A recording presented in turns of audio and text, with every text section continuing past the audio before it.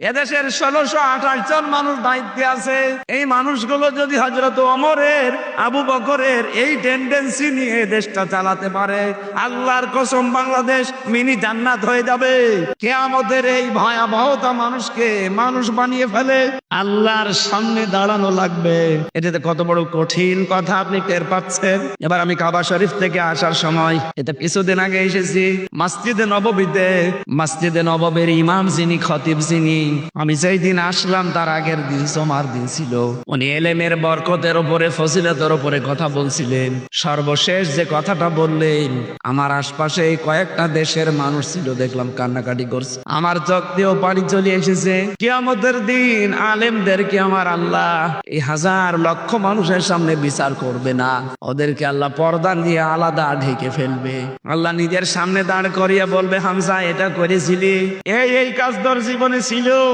আল্লাহর সামনে দাঁড়িয়ে সব হিসাব জবাব পঙ্খানো দেওয়া লাগবে, স্বীকার করা লাগবে। উনি একটা হাদিস বলার পরে ব্যাখ্যাটা বলছিলেন, কিয়ামতের ওই ময়দানে শেষ পর্যায়ে আমার আল্লাহ আমার কাছ থেকে সব কথাগুলো মনে করেন শোনার পর, স্বীকৃতি নেওয়ার পর আস্তে করে বলবে যে, যা তোরে গোপনে মাফ করে দিলাম, কাউকে কিছু বলবি না, জান্নাতে চলে যা।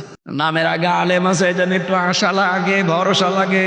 কিয়ামতের দিন আমরা যেন অন্তত এই আলেমটা ঠিক মতো আমার এই জায়গা পর্যন্ত পৌঁছিয়ে দেন। আপনারাও এখানে যারা আছেন, আপনারা আলেম। আলেম মানে জ্ঞানী, যে যতটুকু জানেন দিনের বিষয়, আপনি অতটুকুর আলেম।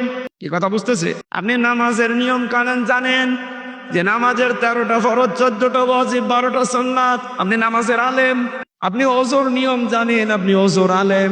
যাকাত দিতে হয় 8টা খাতে, আপনি জানেন, আপনি যাকাতের আলেম। এই জিনিস থাকলে যাকাত দেওয়া লাগে, এই ফসল উৎপাদন হলে যাকাত দেওয়া লাগে, আপনি জানেন, তাহলে আপনি যাকাতের আলেম। তাহলে এখানে আমরা আলেম বাদে কেউ আছি? কিয়ামতের দিন আল্লাহ বিচার যখন করবে, জেনারেল মানুষের মতো না, আলাদাভাবে পর্দা দিয়ে ঘিরে নিয়ে গোপনে আল্লাহ যেন এই হাদিস অনুযায়ী আমাদেরকে মাফ করে দেন। ওয়াং শাবাবিহি ফিমা আবলা, নবীজি বলেন দ্বিতীয় প্রশ্ন আল্লাহ করবে, একটা যৌবন দিয়েছিলাম, কোথায় কাটিয়েছিস বল?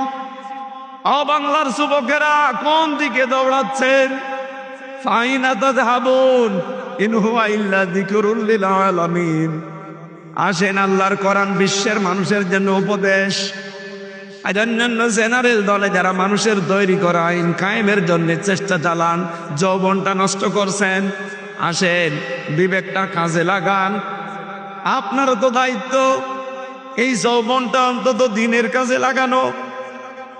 আপনার যৌবনের মিছিল আল্লাহর দিনের কাজে লাগে না, আপনার ওই যৌবনের দেওয়ালের লিখন দিনের কাজে লাগে না, যৌবনের চিন্তা ভাবনা দিনের কাজে লাগে না। কি জবাব দেবেন সামনে দাঁড়িয়ে?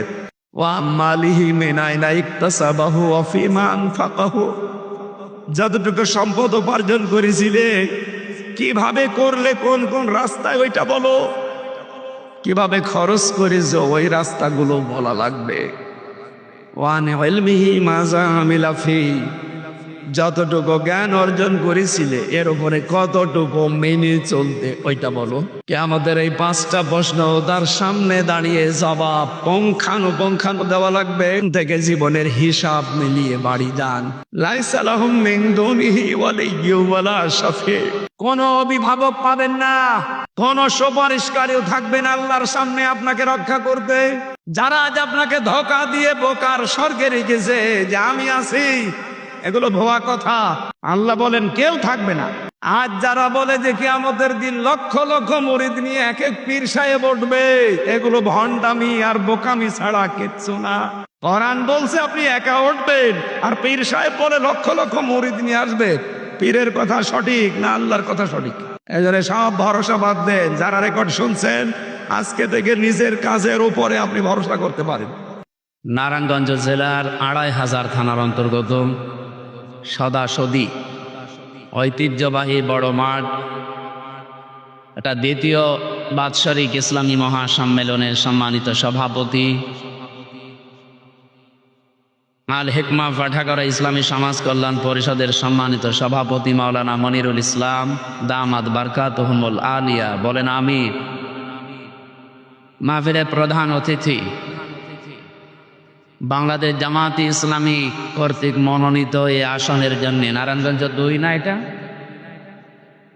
নমিনি কে যেন ঘোষণা দিল এমপি পদপ্রার্থী না, আমরা বাংলাদেশ জামায়াতে ইসলামী থেকে যে 300 মানুষের নাম পেয়েছি, একটাও নমিনি, একটাও পদপ্রার্থী না। আপনি বলতে পারবেন না ওনারা যে পদ চেয়েছে? বলতে পারবেন যে পদ চেয়েছে ওনারা? এদেশে একটাই দল আছে, যেই দলে পদ যদি কেউ চায় কিয়ামতের আগেও পাবেন না।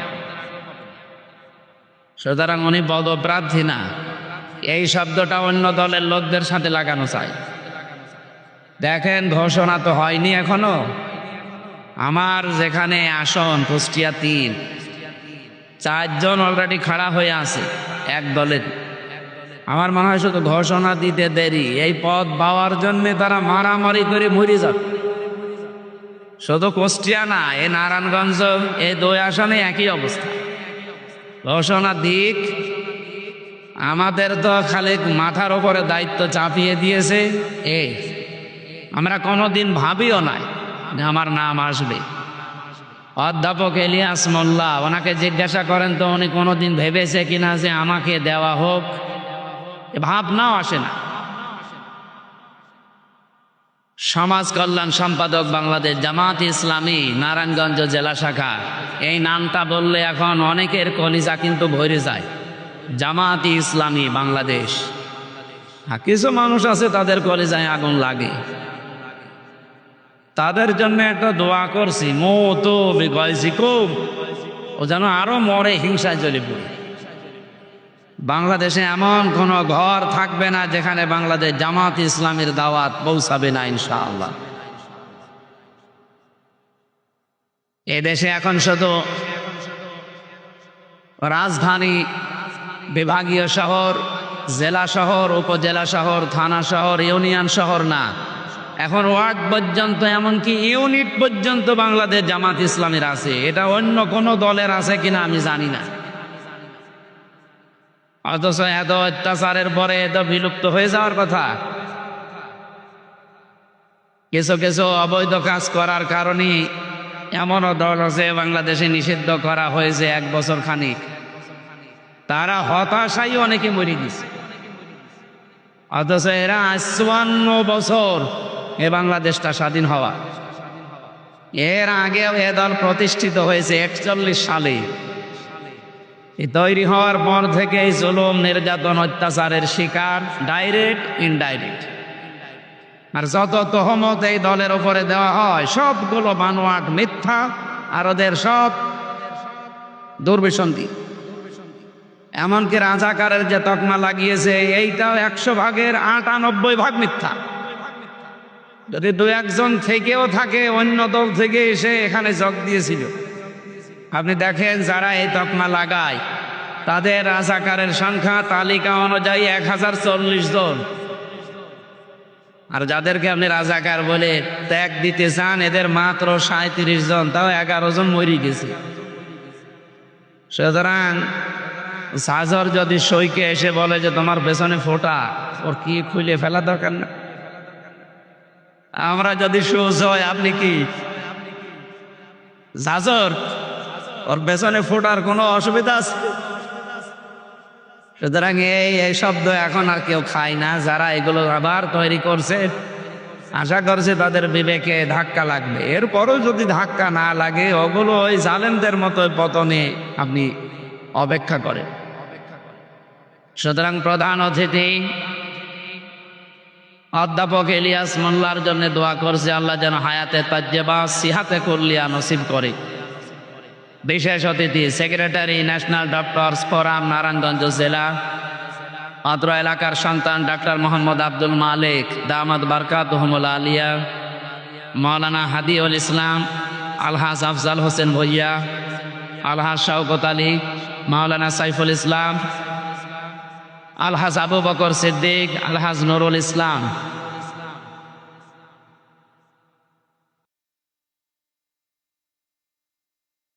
ওকা তো হুজুরও চেনে না।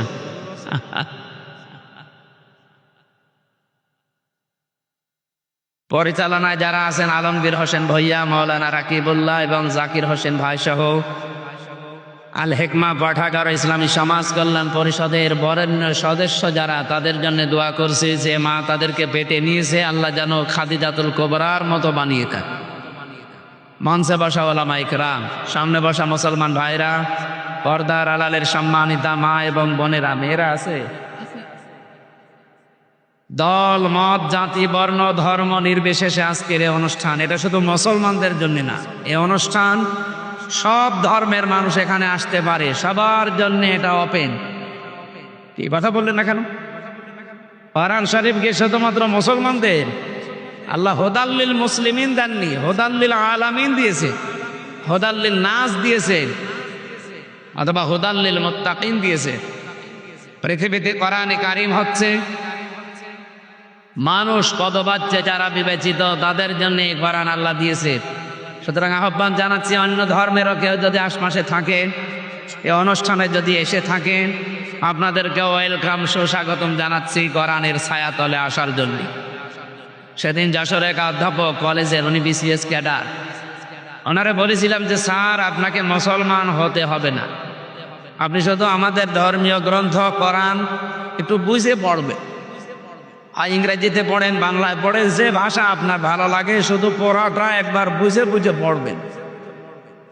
আল্লাহরে বান্দা মাত্র 3 মাস কোরআনে কারীম পড়াটা শেষ করে নিজের থেকে মুসলমান হয়ে গেছে। এই জন্য অন্য ধর্মের সে যেই হোক, হিন্দু, খ্রিস্টান, বৌদ্ধ, ইহুদি, এরা তো অভিশপ্ত। তারপরও বলছি, আপনারা আসেন, আমাদের ধর্মীয় গ্রন্থ এটা গতানুগতিক, আপনাদের ওই ধর্মগ্রন্থের মতো না, এটা সবার জন্য ওপেন। আপনাদের ধর্মগ্রন্থ শুধু ঠাকুররা, পুরোহিতরা অথবা ধর্মযাজক যারা, তারা ছাড়া কেউ নাড়তে পারে না, আর এইটা সবাই নাড়তে পারবে। পবিত্র হয়ে আসবেন এর কাছে, এইটা একটু শর্ত আছে। যদি বড় কোনো নাপাকি আপনার শরীরে না থাকে, আপনি যে কোনো ভাষায় পড়তে পারেন, কিন্তু আরবি তো আরবি যেটা, এটা ওযু করে পড়বে পাক পবিত্র হয়ে।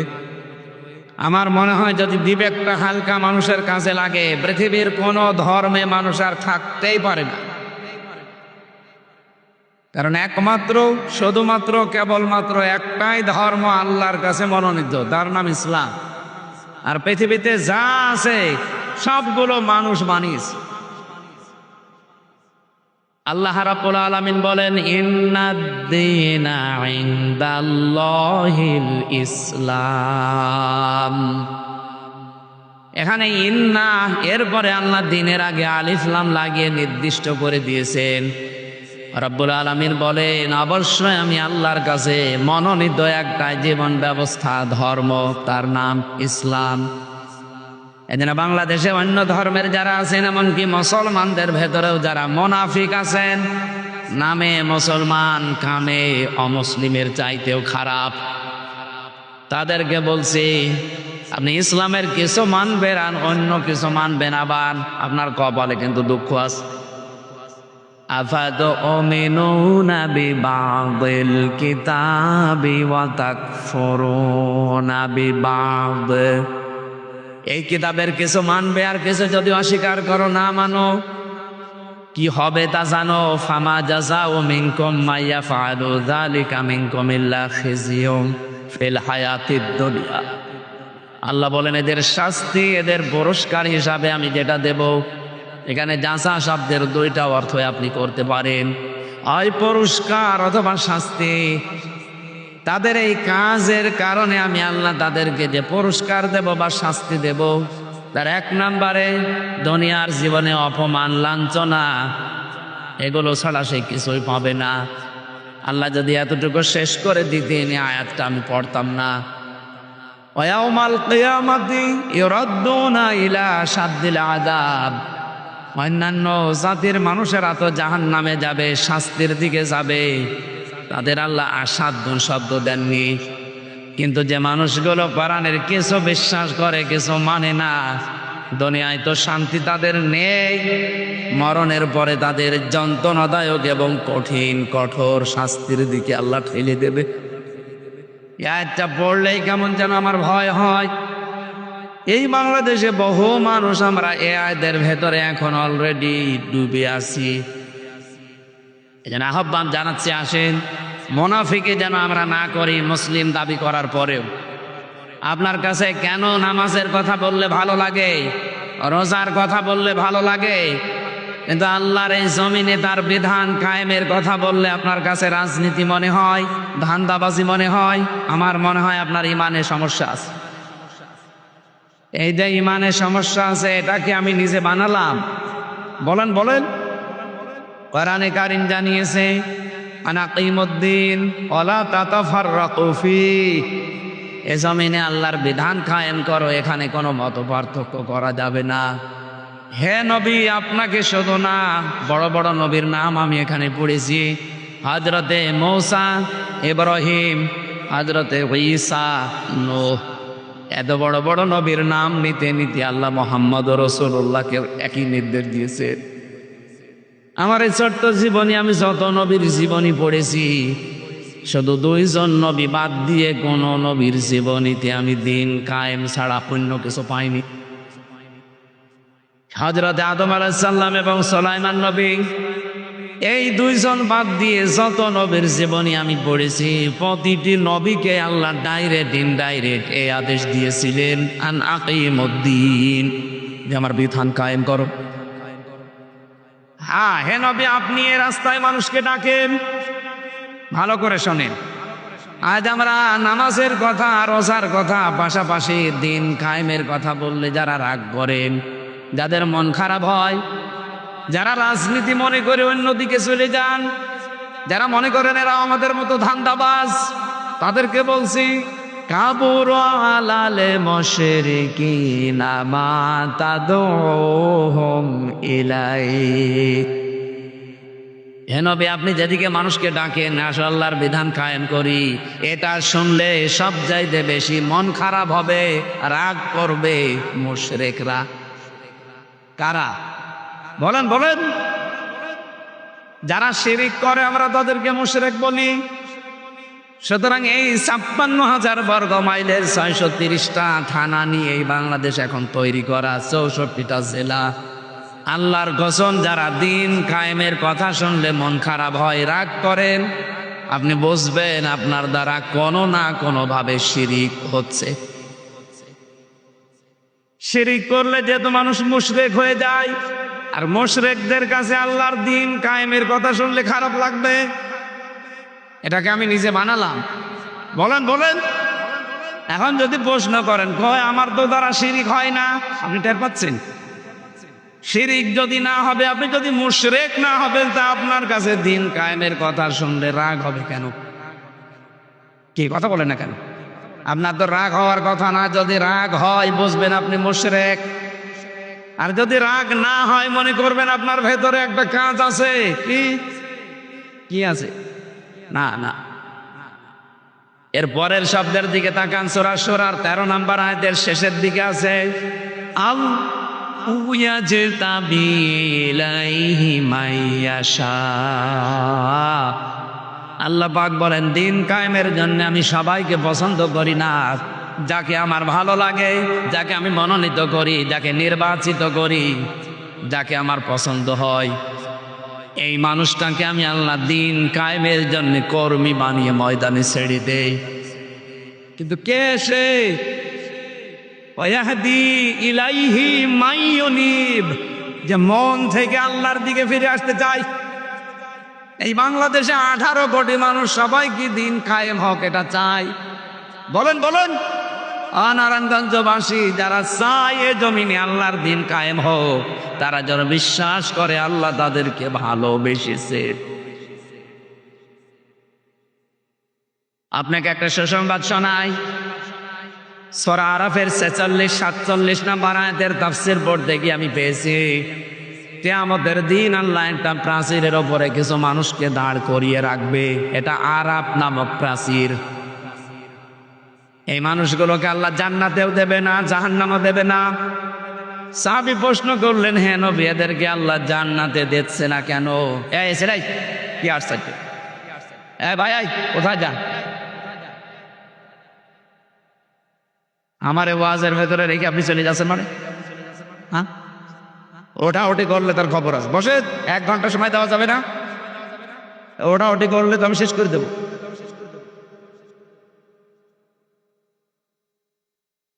নারায়ণগঞ্জবাসী, যে কথা তুলেছিলাম, এখান থেকে একটা শিক্ষা নেওয়া লাগবে। আজ 18 কোটি মানুষ দেশে সবাই এই দিন কায়েম হোক চাচ্ছে না। এই জন্যে চাই না, আল্লাহ তাদেরকে মনোনীত করে নাই, নির্বাচিত করে নাই, কারণ তারা মন থেকে আল্লাহর দিনের দিকে ফিরে আসে নাই। যারা ফিরে এসেছে, আল্লাহ তাদেরকে দিন কায়েমের পথে লাগাবে। এই কথা বলেন না কেন? আর এটা সব জায়গায় বেশি এখন বাংলাদেশে অগ্রণী ভূমিকা পালন করছে বাংলাদেশ জামাত ইসলামী। অন্য কোন দল আপনি দেখান, যাদের ইউনিয়ন থেকে শুরু করে আন্তর্জাতিক মহল পর্যন্ত সব জায়গায় যোগ্য এবং সৎ মানুষ সেট করতে পারে, কোন দলে বাংলাদেশে এখন নেই জামাত ইসলামী ছাড়া। অন্যান্য দল যদি আসেও তারা সব জায়গা কন্ট্রোল করা এখনো সম্ভব না। আপনার বিবেকের কাছে প্রশ্ন করেই বলেন, পারবেন কিনা আপনি? কিন্তু জামাত ইসলামীর ভেতরে ইউনিয়নের মেম্বার থেকে শুরু করে আন্তর্জাতিক মহল পর্যন্ত সব জায়গায় টিকে থাকার মতো লোক আছে না, যোগ্য এবং সৎ লোক আছে। বলেন। নবীজির হাদিস হচ্ছেন ইবনে ওমর রাদিয়াল্লাহু তাআলা আনহু قال قال النبي صلى الله عليه وسلم ফাত্তাবিউস সিওয়াদাল আযম। মুসলিম শরীফের হাদিস। নবীজি বলেন, তোমাদের ভেতরে অগ্রণী ভূমিকা যারা পালন করে দিন কায়েমের জন্য, যাদের দ্বারা আল্লাহর বিধান কায়েম করা খুব তাড়াতাড়ি সম্ভব, আমি নির্দেশ দিলাম উম্মতেরা ওই দলেরকে অনুসরণ করবা। এ হাদিস এখন আমি কেবল বানালাম না, কথা বলেন না কেন? সুতরাং এই দেশে এখন যেহেতু দিন কায়েম করার অগ্রণী ভূমিকায় আছে 1 নম্বরে জামাত ইসলামী বাংলাদেশ, এই জন্য চোখ কান বুঝে আপনাদের আমি আহ্বান জানাচ্ছি, আসেন যেভাবেই হোক এদেরকে সাহায্য সহযোগিতা এবং কি অনুসরণ করে আল্লাহর আইন প্রতিষ্ঠায় এগিয়ে দেই। এই 54 বছর তো দেখলেন কম বেশি কিছুই হয়নি।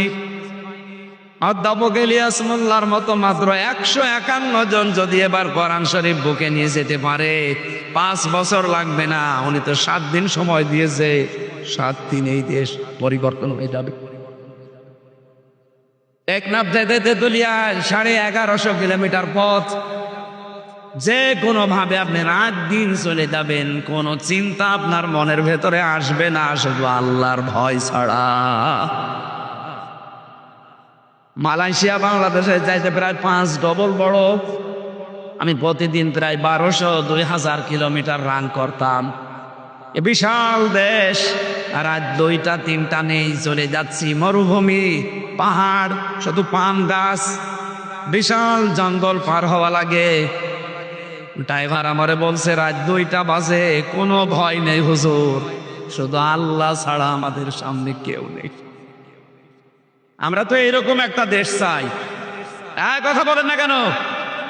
আজকে আমি কুষ্টিয়া থেকে খুব বেশি হলো 30 কিলো এসেছি, এরপরে গাড়িটা নষ্ট হয়ে গেছে। আমি আরেকজনকে নিয়ে আসলাম আসার সময়, যে ড্রাইভার, ওর বাড়িও কুষ্টিয়া। ওরে বললাম যে আমরা নামিয়ে দিয়ে আপনি চলে দিন, ওইটা গাড়ি সারা হয়ে গেলে আসবে। উনি আমারে নামিয়ে দিয়েছে এখানে 9টা 25-এ। খাবার খেয়ে নামাজ পড়ে চলে এসেছি। ওনারে বললাম আপনি চলে যান, ভয় পাচ্ছে। বলছে না, আমি রাতের বেলা কুষ্টিয়া যাব না, এখানে কোনো জায়গায় থাকবো, ফজরের আজান দিলে বের হব। এখনো কোন দেশে আমরা আছি আপনি টের পাচ্ছেন? সুতরাং আমরা চাই, মালয়েশিয়া যেমন চলছে, ও দেশে তো আল্লাহর বিধান পুরাপুরি চলে না, তাই এত নিরাপত্তা তারা দিতে পেরেছে। আমার এখানে যদি আল্লাহর বিধান পুরাপুরি কায়েম হয়ে যায়, আপনি দেখবেন বাংলাদেশ একটা মিনি জান্নাত হয়ে গেছে। জোরে বলেন আলহামদুলিল্লাহ। এই দৃশ্য আমরা দেখতে চাই চর্মচোখে। আপনারা চান না? এই কথা বলেন, চান না? এটা তো চাওয়াই শেষ। হাদিস ছিল কি? ফাত্তাবিউস সিওয়াদাল আযম। যারা দ্রুত ইসলাম কায়েম করতে পারে তোমাদের ভেতরে, তাদেরকে অনুসরণ করো, এ নির্দেশ রাসূলের।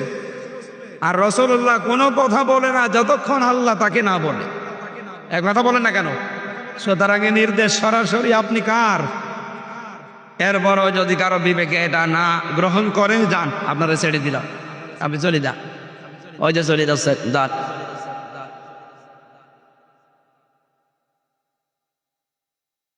নারায়ণগঞ্জবাসী,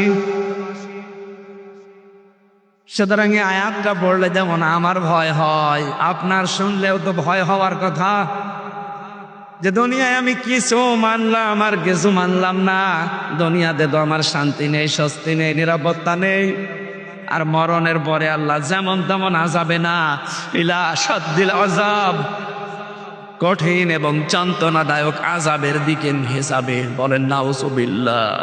যেই কথা বলছিলাম সূরা আরাফের এই উদ্ধৃতি দিয়ে, যে আপনাকে আল্লাহ জান্নাতে দিচ্ছে না, সাহাবী বললেন কেন দেবে না? নবীজি বললেন জান্নাতে দিচ্ছে না এই কারণে, কারণ এই লোকটার সব ভালো ছিল, মা বাবার সাথে সম্পর্ক ভালো ছিল না। বলেন তো এরকম মানুষ দেশে এখন নেই? বলেন বলেন। এই জন্য আমরা যা করি মা বাবার সাথে সম্পর্ক ঠিক রাখা দরকার। সিস্টেম অপর পৃষ্ঠায় দেখুন, সাহাবী বলেন হে নবী, আপনি যে বললেন এদেরকে আল্লাহ জাহান্নামেও দেবে না, কারণ কি? বিশ্ব নবী বলেন এদের জাহান্নামে দেবে না একটা মাত্র কারণ, তারা জমিনে দিন কায়েমের আন্দোলন করত। সুতরাং হাদিস দ্বারা আপনাদের সুসংবাদ দিচ্ছি, হাজে চলে যাচ্ছে যাক, আমার কোনো আফসোস নেই, কারণ আল্লাহ সবাইকে দিন কায়েমের জন্য মনোনীত করে না। আপনাকে আগে মনোনীত হওয়া লাগবে, আর এমনি এমনি আপনি মনোনীত হবেন না, আপনি এমনি এমনি নির্বাচিত হবেন না। আপনাকে আগে মন থেকে ফিরে আসা লাগবে আল্লাহর দিকে। আল্লাহ এই মন দেখে আপনাকে দিন কায়েমের জন্য নির্বাচিত করবেন।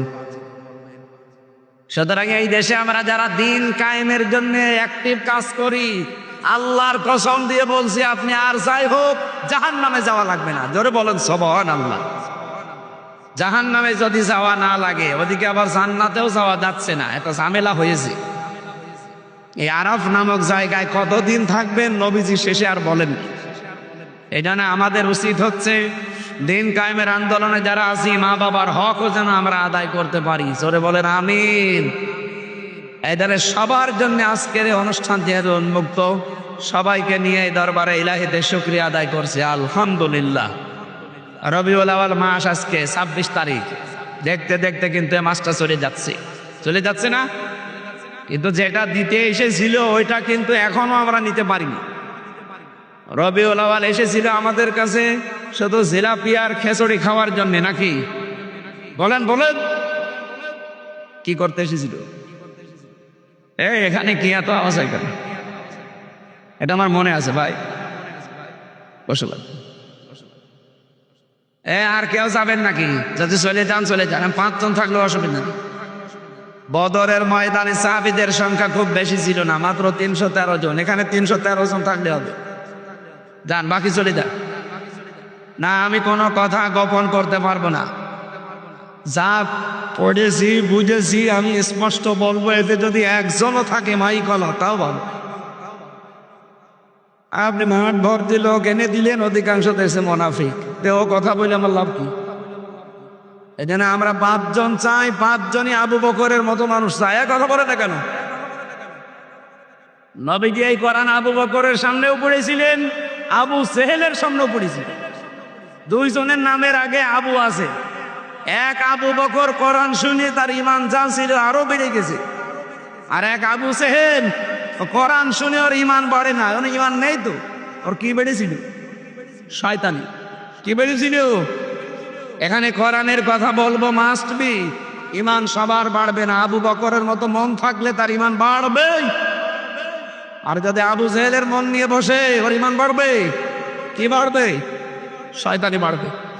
এই জন্য আবু জেহেলের মন নিয়ে বসার দরকার নেই, আপনি আগে থেকে চলে যান। আমরা রবিউল আউয়াল যেহেতু চলে যাচ্ছে, আর মাত্র 7 দিন আছে, একটা মহান শিক্ষা নিয়ে এসেছিল। আমি প্রায় 27টা পেয়েছি নবীজির সিরাত গ্রন্থগুলো পড়তে পড়তে। তার ভেতরে একটা হচ্ছে বিশ্ব নবী এ মাসে জন্ম নিয়েই 3 জন মহিলার দুধ পান করেছিলেন। কয়জন বলেন বলেন? প্রথমে তার নিজের আপন মা হযরতে আমিনা, 2 নম্বরে উম্মে আইমান নামে এক দাসী, 3 নম্বরে তার দুধমা হযরতে হালিমাতুস সাদিয়া। খুব খেয়াল করে শোনেন তো, রবিউল আউয়াল আপনি কি করলেন আর নবীজি কি করেছিলেন? এ মাসে জন্ম নিয়েছেন নবীজি, বিদায় নিয়েছেন এই মাসেই। সিরাত ইবনে হিশাম লিখেছে বিশ্বনবী মুহাম্মদুর রাসূলুল্লাহকে হযরতে হালিমা যখন কোলে তুলে নিয়েছে, ডান স্তন তাকে পান করিয়েছে, তিনি পান করলেন। বাম স্তন যখনই দিয়েছে মুখ বের করে দিলেন। হযরতে হালিমা বলেন, আমি 1 বার 2 বার 3 বার মুখ লাগালাম, 3 বারই মুখ বের করে নিল। চোখের ইশারা দিয়ে যেন মুহাম্মদ সাল্লাল্লাহু আলাইহি ওয়াসাল্লাম আমাকে বোঝাতে চায়, মা হালিমা জোর করেন কেন? ডান স্তন এটা আমার অধিকার ছিল, আমি পান করেছি। বাম স্তন এটা আমার অধিকার না, এটা আমার দুধ ভাই আব্দুল্লাহর অধিকার। দুনিয়াতে আমি ভাইয়ের হক নষ্ট করার জন্য আসি নাই, এসেছি ভাইয়ের হক ফিরিয়ে দেওয়ার জন্য। বাংলার মুসলমানেরা, যেই নবী মায়ের কোলে এই মাসে জন্ম নিয়ে মায়ের হক ফিরিয়ে দেয়, আর আমরা সেই নবীর উম্মত, যত বড় হই তত ভাইয়ের হক মারার জম হই। বলেন, কত মানুষ এখানে আছে ভাইয়ের জমি আত্মসাৎ করে নিজের নামে লিখে নিয়েছে? কত মানুষ বসে আছে এখানেও, আমি জানি অন্তত মাইকের আওয়াজ শুনছে, ভাইয়ের কাছ থেকে চাঁদাবাজি করে সম্পদের মালিক হয়েছে। বলেন তো, নবীজি ওইটা কি শুধু দুধ ভাই আপন ভাইয়ের কথা বুঝিয়েছেন? না, আল মুসলিম আখুল মুসলিম, মুসলমান মুসলমানের ভাই। আপনি যে মুসলমানের কাছে চাঁদাবাজি করছেন, ওটা তো আপনার ভাই। এই নারায়ণগঞ্জে চাঁদাবাজি নেই, এই জন্য টের পাচ্ছেন না। আর অথচ যেই লোকটা ভাইয়ের কাছে চাঁদাবাজি করে লক্ষ কোটি টাকার মালিক, এই রবিউল আউয়াল আসলে আমারে ডেকে বলবে, হুজুর মিলাদ পড়ে দেন। মিলাদের পরে জিলাপি দেবে, খেচুড়ি দেবে, বিরানি দেবে। কোথায় পেলেন টাকা? হুজুর চাঁদার টাকা। কি বেশি বলে ফেললাম? এরকম দৃশ্য বাংলাদেশে নেই। আমি নিজে পেয়েছি আমার কুষ্টিয়ায়, চাঁদার টাকা তুলে ওইটা দিয়ে মিলাপ দিচ্ছে। আর নবীজি রবিউল আউয়ালে কি করলেন?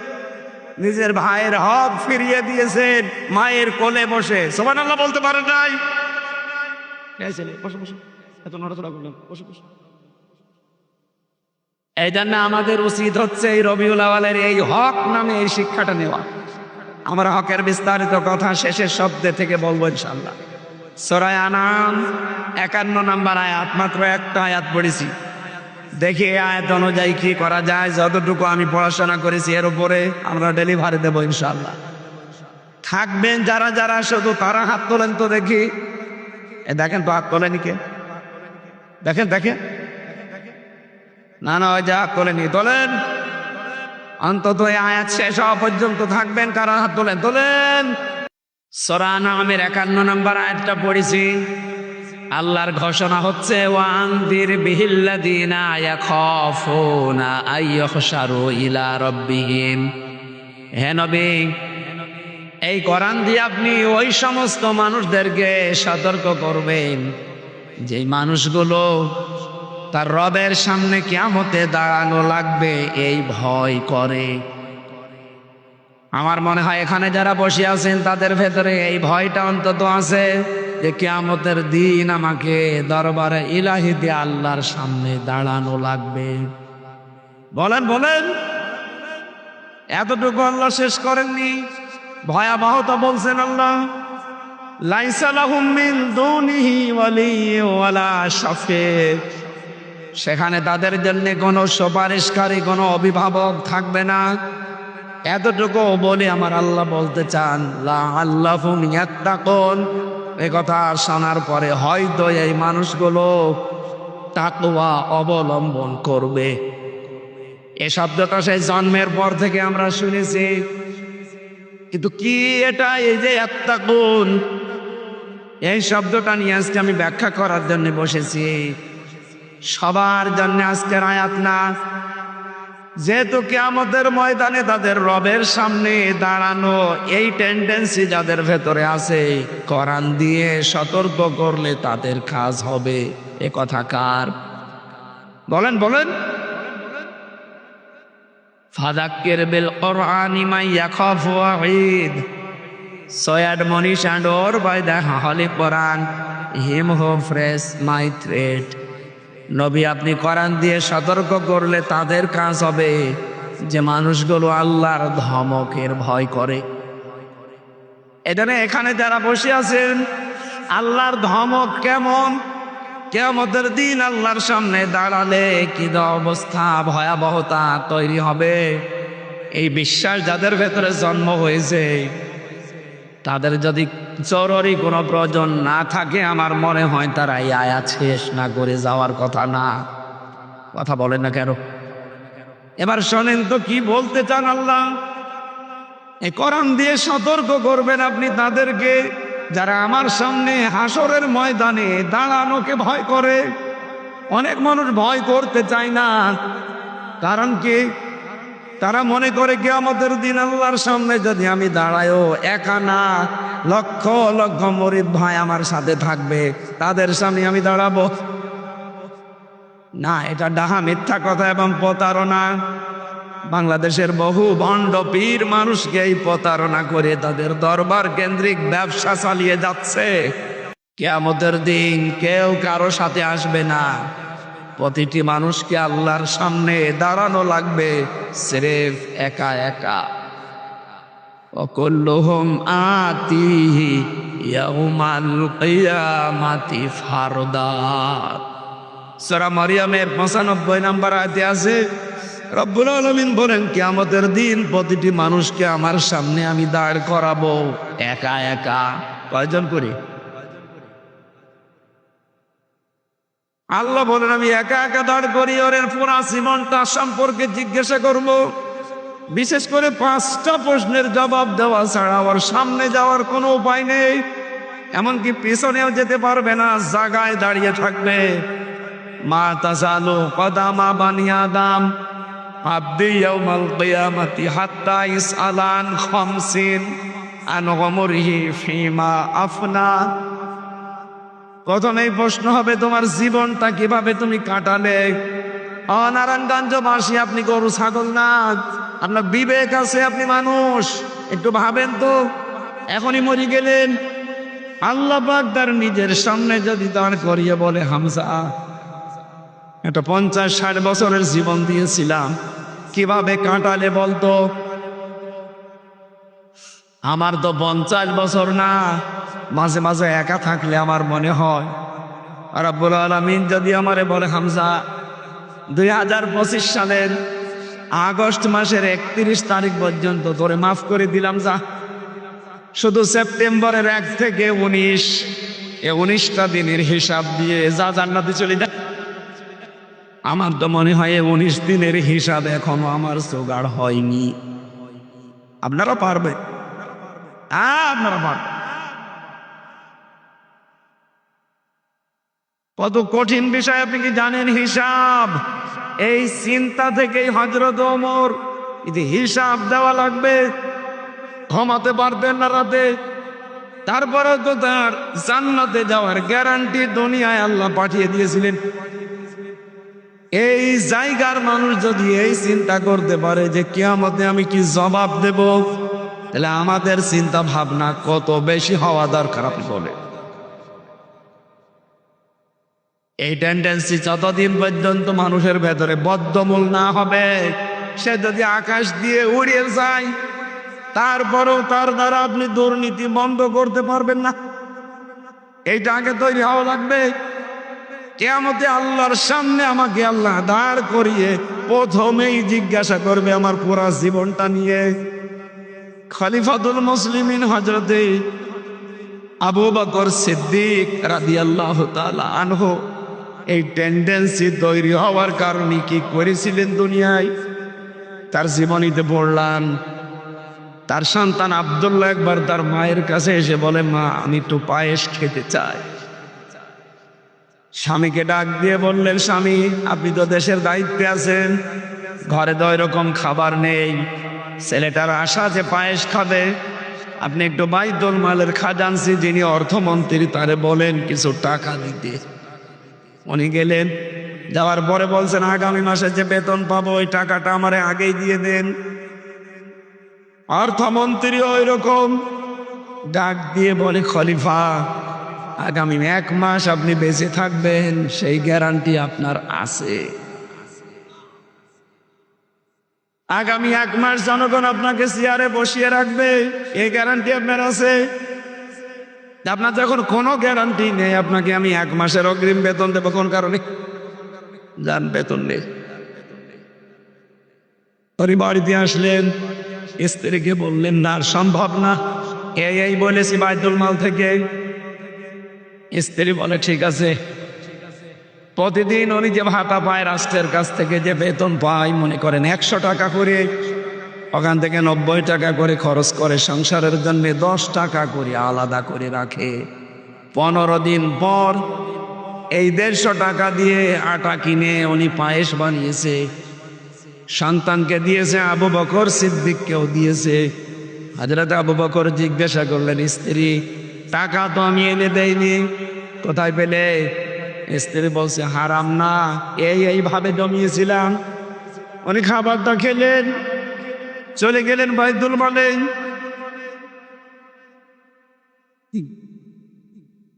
অর্থমন্ত্রীকে ডাক দিয়ে বলে, ভাই আগামী মাস থেকে আমার 2800 টাকা দিলেই চলবে, 3000 টাকা দেওয়া লাগবে না। কেন? কারণ আমি চিন্তা করে দেখলাম 2800 টাকা হলেও আমার সংসার চলে, জনগণের এই টাকা নিয়ে আমি বেতন নেই, 200 টাকা আমি কেন বেশি নেব?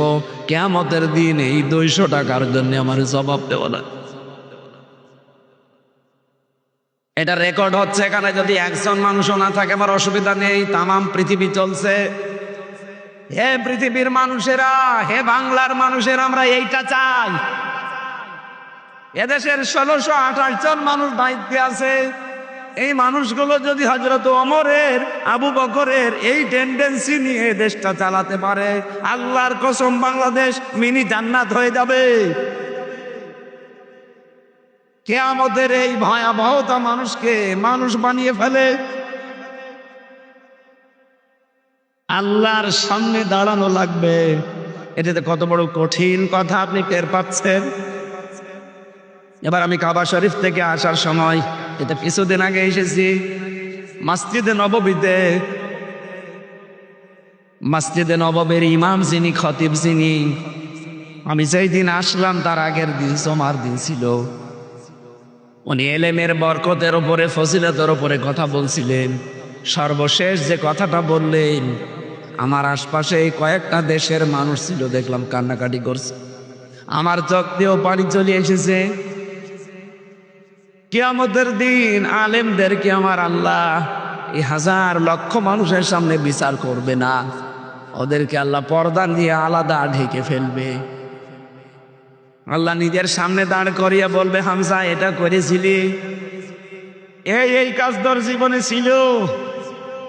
আল্লাহর সামনে দাঁড়িয়ে সব হিসাব জবাব পঙ্খানো দেওয়া লাগবে, স্বীকার করা লাগবে। উনি একটা হাদিস বলার পরে ব্যাখ্যাটা বলছিলেন, কিয়ামতের ওই ময়দানে শেষ পর্যায়ে আমার আল্লাহ আমার কাছ থেকে সব কথাগুলো মনে করেন শোনার পর, স্বীকৃতি নেওয়ার পর আস্তে করে বলবে যে, যা তোরে গোপনে মাফ করে দিলাম, কাউকে কিছু বলবি না, জান্নাতে চলে যা। নামের আগে আলেম আছে, এই জন্য একটু আশা লাগে, ভরসা লাগে। কিয়ামতের দিন আল্লাহ যেন অন্তত এই আলেমটা ঠিক মতো আমার এই জায়গা পর্যন্ত পৌঁছিয়ে দেন। আপনারাও এখানে যারা আছেন, আপনারা আলেম। আলেম মানে জ্ঞানী, যে যতটুকু জানেন দিনের বিষয় আপনি অতটুকুর আলেম। কি কথা বুঝতেছে? আপনি নামাজের নিয়ম কানুন জানেন, যে নামাজের 13টা ফরজ, 14টা ওয়াজিব, 12টা সুন্নাত, আপনি নামাজের আলেম। আপনি ওযুর নিয়ম জানেন, আপনি ওযুর আলেম। জাকাত দিতে হয়। 8টা খাতে আপনি জানেন, আপনি জাকাতের আলেম, এই জিনিস থাকলে জাকাত দেওয়া লাগে, এই ফসল উৎপাদন হলে জাকাত দেওয়া লাগে, আপনি জানেন, তাহলে আপনি জাকাতের আলেম। তাহলে এখানে আমরা আলেম বাদে কেউ আছি? কিয়ামতের দিন আল্লাহ বিচার যখন করবে, জেনারেল মানুষের মতো না, আলাদাভাবে পর্দা দিয়ে ঘিরে নিয়ে গোপনে আল্লাহ যেন এই হাদিস অনুযায়ী আমাদেরকে মাফ করে দেয়।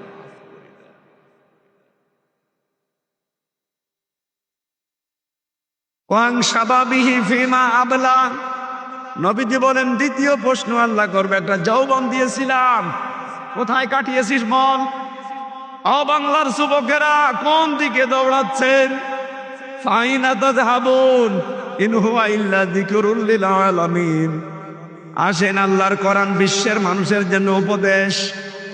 আর অন্যান্য জেনারেল দলে যারা মানুষের তৈরি করা আইন কায়েমের জন্য চেষ্টা চালান, যৌবনটা নষ্ট করছেন। আসেন, বিবেকটা কাজে লাগান। আপনারও তো দায়িত্ব এই যৌবনটা অন্তত দিনের কাজে লাগানো। আপনার যৌবনের মিছিল আল্লাহর দিনের কাজে লাগে না, আপনার এই যৌবনের দেওয়ালের লিখন দিনের কাজে লাগে না, যৌবনের চিন্তা ভাবনা দিনের কাজে লাগে না, কি জবাব দেবেন সামনে দাঁড়িয়ে?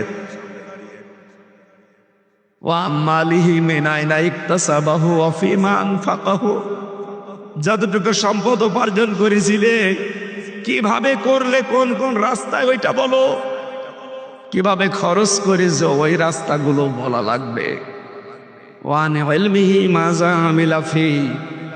যতটুকু জ্ঞান অর্জন করেছিলে এর উপরে কতটুকু মেনে চলতে ওইটা বলো।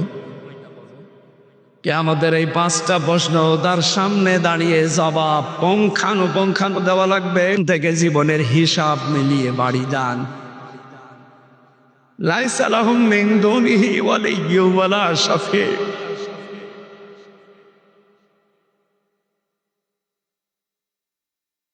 কোন অভিভাবক পাবেন না, কোন সুপারিশকারীও থাকবেন আল্লাহর সামনে আপনাকে রক্ষা করতে। যারা আজ আপনাকে ধোঁকা দিয়ে বোকার স্বর্গে রেখেছে যে আমি আছি, এগুলো ভুয়া কথা। আল্লাহ বলেন কেউ থাকবে না। আজ যারা বলে যে কিয়ামতের দিন লক্ষ লক্ষ মুরিদ নিয়ে এক এক পীর সাহেব উঠবে, এগুলো ভণ্ডামি আর বোকামি ছাড়া কিচ্ছু না। কোরআন বলছে আপনি একা উঠবেন, আর পীর সাহেব বলে লক্ষ লক্ষ মুরিদ নিয়ে আসবে। পীরের কথা সঠিক না আল্লাহর কথা সঠিক?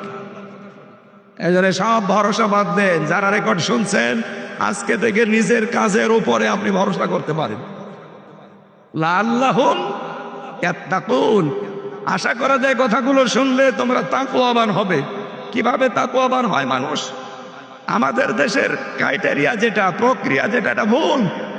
আমরা মনে করি তাকওয়াবান হতে হলে না। আমার ভাইরা, এই শব্দটা বলার জন্য আমি আজকে এখানে বসেছি যে লাআল্লাহুম ইয়াত্তাকুন। আশা করা যায় আমরা তাকওয়াবান হব। কোন প্রক্রিয়ায় হব, এই প্রক্রিয়াটা বলার জন্য আমি এই তাফসিরে বসেছি। হযরতে আলী রাদিয়াল্লাহু তাআলা আনহু বলেন, এদিকে তাকান, এটাই শেষ কথা, খুব ভালো করে শুনবেন।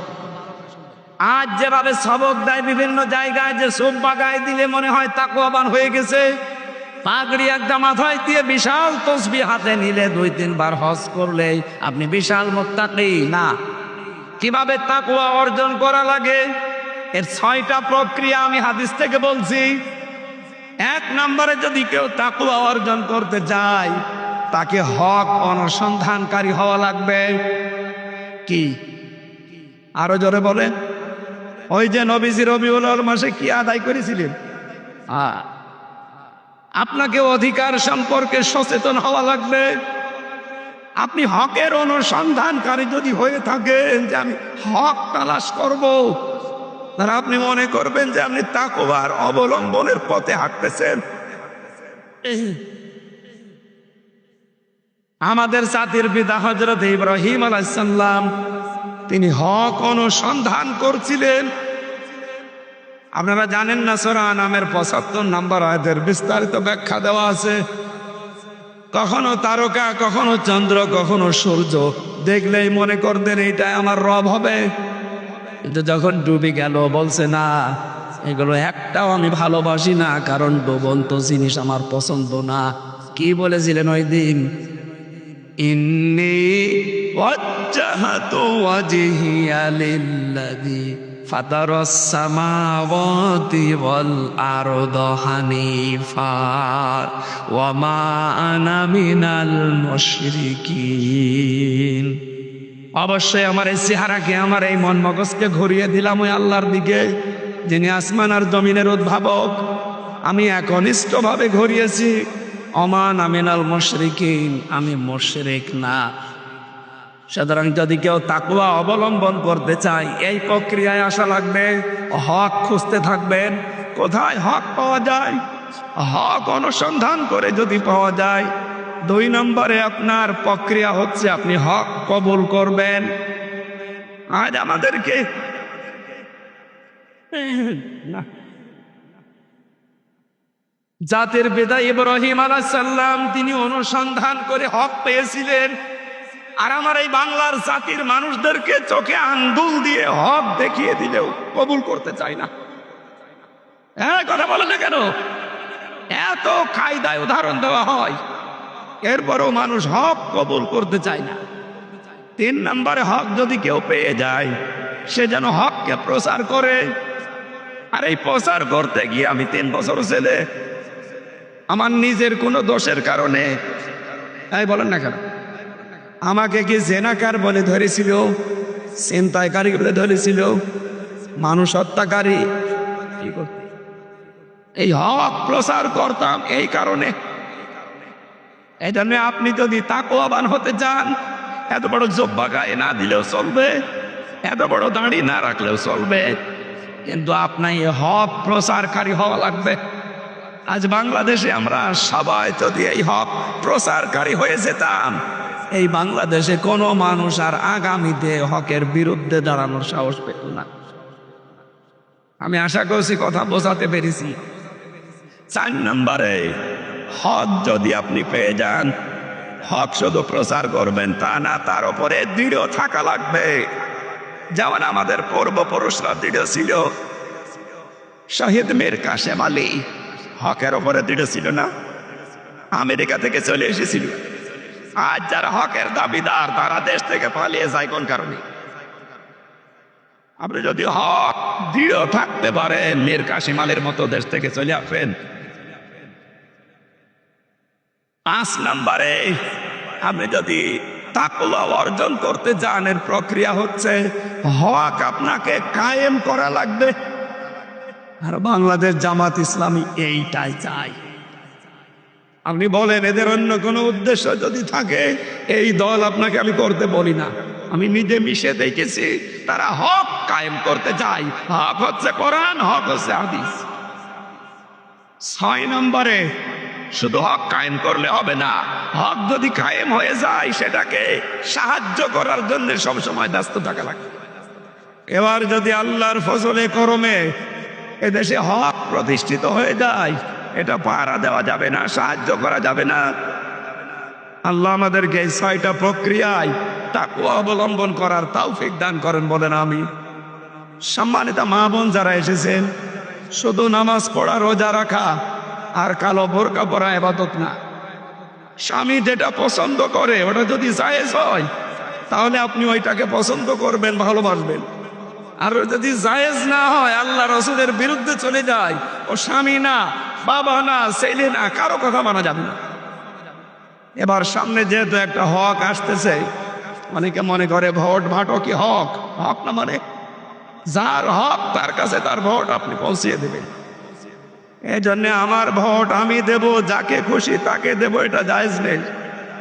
আমার ভোট আমি দেব, আল্লাহ রসুলের কথা মতো দেব।